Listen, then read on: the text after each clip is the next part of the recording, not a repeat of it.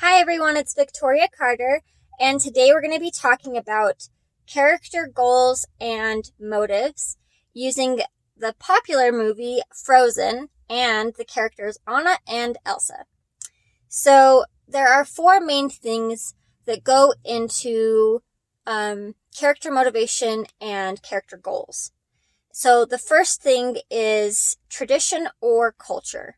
So this is how the character grew up, what things around them are important. It could be food lore, it could be clothing, it could be dating roles.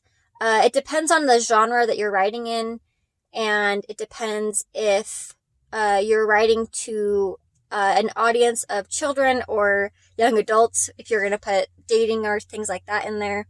Marriage, holidays would fall under this. How family structures would work in a correct way. So that's number one. Number two is, how is your character currently living? Now, you'll see this a lot worded differently depending on who you ask and what resources you use. But basically, this is the character's stasis, which means that it's the character's part where they are not moving forward in their goals. They're just kind of sitting still. You see this in The Hobbit with Bilbo, where he's just perfectly fine, sitting in front of his, house, not really doing much of anything. And Gandalf comes along and he's like, "Good day, good morning, good day." That's what this is. So what is going on there currently in their everyday life, that makes it so that they wish they had more? Number three is aspirations. So even Bilbo Baggins has aspirations, things that they want to accomplish. And you see this in everyday life with normal people, where they say, "Oh, I wish, I could travel the world," or "I wish, I could go to this specific concert with this specific band," but they never buy tickets or they never get a passport.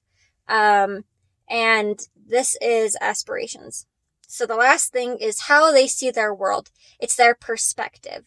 And if you look at it with my other video, with Inside Out, Riley looks at her perspective on her world either with a specific color, blue for sadness, yellow for joy, etc. And if you look at your character's perspective on the world, do they see the world as a scary place? Do they see the world as a good place? Do they see the world as something to fight against? Do they see the world as something to aspire to be? And that's all going to change depending on your character's goals and motives. So if you try to get those four things down, you can get a pretty good idea of what your character wants, what your character needs, and what they need to do to get that thing. So with Anna and Elsa, number one, what is their tradition and culture? Well, first of all, they are Scandinavian, and there is a lot of pride in Arendelle. I don't know if you can get this from the first and second movies, but I've watched Olaf's Frozen Adventure and Frozen Fever, and there's a lot of country pride that goes on in the Frozen movies and Frozen spin-offs. So that's one of the things that motivates both Anna and Elsa in what they do. Elsa leaves Arendelle because she doesn't want to hurt anybody, and she especially doesn't want to hurt anybody that lives in Arendelle. So she runs up the mountain to not hurt anybody, and that's a part of her motivation, because it's a part of her culture and tradition and her country pride. Elsa is very similar. She follows Anna because of the freeze. She's trying to save Arendelle. She even says that multiple times, that she's trying to save everybody because it's so cold. And that's one of her motivations, is she needs to save Arendelle. The second thing is, how are they currently living? What are they lacking in their life? Well, Elsa, from a very young age, is told, conceal, don't feel, don't let it show. And not only is that a very toxic mindset, which is a story for a completely other time, but it really shows you where she is as an adult, constantly being told by her parents, conceal, don't feel, don't let it show, and telling her that she needs to be afraid of her powers. And then in Anna's story at the beginning, you hear this in the song, like, For the First Time in Forever. Oh, actually, not that one. You hear it in the Do You Want to Build a Snowman story with Anna, where she's trapped in a castle because of her sister. She doesn't obviously blame her sister for what's going on because she doesn't understand the situation, but she knows that she doesn't have any friends. And, unlike Bilbo, who doesn't want to change, Anna very, very much wants to change her situation. So, into the third point, which is aspirations. So this is where the song For the First Time in Forever comes in, and you hear what Anna wants. You hear that she's very excited to meet a bunch of people, but she is really hoping that she'll find the one at this party tonight. And you realize that her aspiration is to find love, but not any love. She wants to find true love. And Elsa, her aspiration and goals come through the song Let It Go, which I'm sure all of you have heard, where she can finally be free to be herself. And that is what she aspires to be, is to find a world where she can live without hurting everybody and she can be herself. The fourth is how they see their world. So Anna's view on her world, aside from her, like, run-in with Hans at the end of the movie, Anna has a very high opinion of the world around her.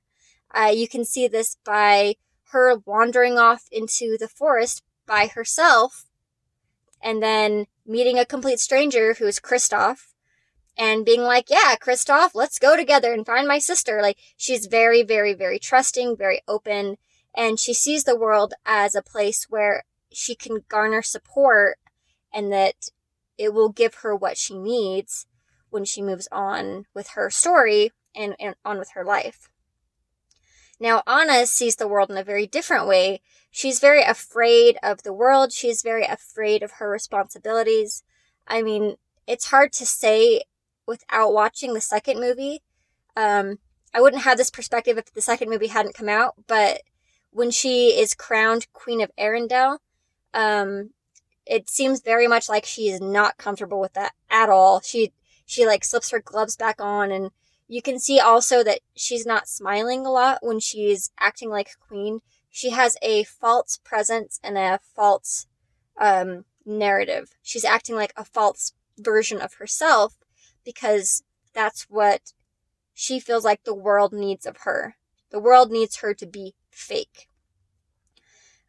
So how all of these things tie in together is what we get is the motive for Anna is true love.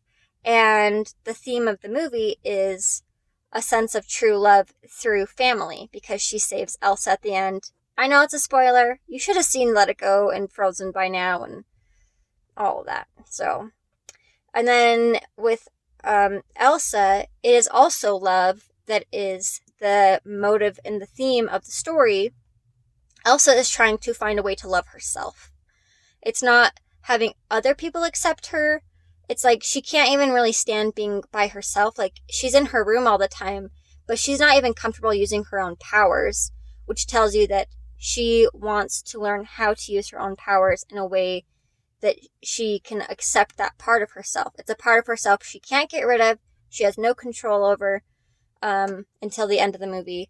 And it very much leans on the theme of the movie, which is love. And she accepts herself for who she is. She becomes Queen of Arendelle. And everything works out. So I hope that this sheds some light on how to find character motivations and how to look at background and tradition and where the characters come from to motivate your characters to make certain actions. One thing I need to say really quick is if your character acts in a way that's out of character, it will feel like the author is forcing the character to do something, and people can see through that and they don't like it. So it's kind of hard to say, but if you are always trying to be true to what the character will do, then you won't run into this problem, probably. Okay, I think that's all I have to say for this episode of character. That's all I got. All right, I'll see you next time, guys. And remember, every victory is a victory. Bye.